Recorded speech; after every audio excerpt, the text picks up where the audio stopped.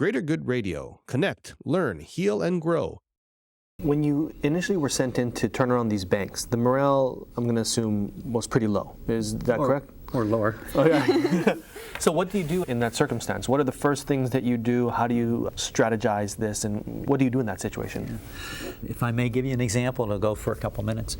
In Oklahoma, at the time, the First National Bank of Oklahoma City failed. It was in 1986. It was the second largest bank failure at the time. First Interstate Bank acquired certain assets and liabilities, and it was my responsibility to go out and to turn the organization around. When I went out, we were hemorrhaging losses. The ratio used in banking is the efficiency ratio. What does it cost to make $1 of revenue? So if it costs 85 cents to make $1 of revenue, your ratio is 85 or 85%. So best run banks are in the 40s or 50s, poor run banks are in the 80s, some in the 90s. And so my ratio was 115. Besides that, we had massive layoffs before we got there. Most of the employees' retirement plan was in the company stock, which had gone bankrupt, it failed, so they had lost their life savings. Those that had remained, titles have been cut and salaries cut, so they're demoralized. Geez, there's a lot of things we did. Mine was trying to spend the first 2 or 3 weeks just trying to visit with every single employee at every level that I could, either in groups or one-on-one, and listen.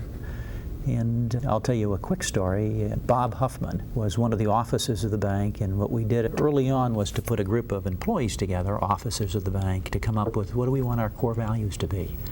Let's come together, and what do you want from this organization apart from just making money? And they came up with a commitment to the community and respect for all employees and trust. Those were so key to them because they lost most of that. And Bob led the team that came up with our core values. Sad thing was that Bob, about 3 months after this, came down with ALS, Lou Gehrig's disease, terrible disease that would basically in 2 years he'd go from lost the ability to walk, lost the ability to talk, and eventually it took his life. We adopted Bob in the bank. And if you could see employees coming together for Bob Huffman, I think he was the only officer of a bank in the United States for his company car. It was a van with a lift in the back for his wheelchair that we got him. You'd say, well, what's that got to do with profitability? And I'd tell you, maybe nothing. But in 2 years, we went from a failed institution to the most profitable bank in the state. And I'd argue our commitment to him, but to all employees, and the communication, we can do it together, is what drove that turnaround. So that's my story. I'm sticking to it, Carrie.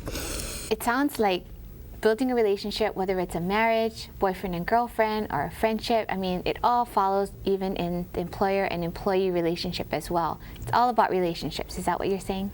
I think so, yes. And I think 20, 30 years ago, we tried to differentiate, those relationships or those things stayed at home.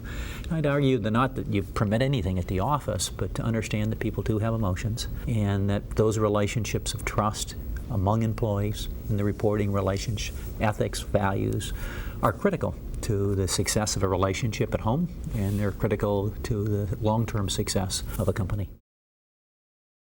If you resonate with Greater Good Radio, please join our community at www.greatergoodradio.com, where you can get access to exclusive content and offerings.